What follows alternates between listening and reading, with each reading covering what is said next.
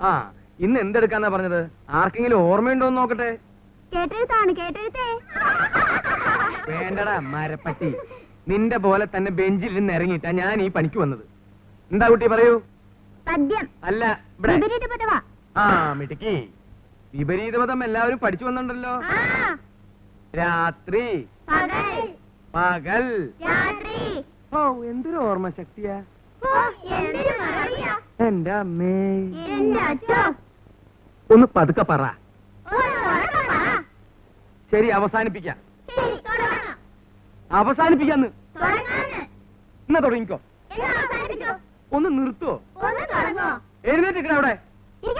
എന്റെ ദൈവമേ, എനിക്ക് എവിടെ ചെന്നാലും ഈ ഗതികേട് എന്നെ വരൂ. ഇന്നൊടിയുന്നല്ലത്. ഒറ്റ നീക്കി വെക്കാണ്ടില്ല. എന്റെ സ്വാറില്ല. മാഷേ,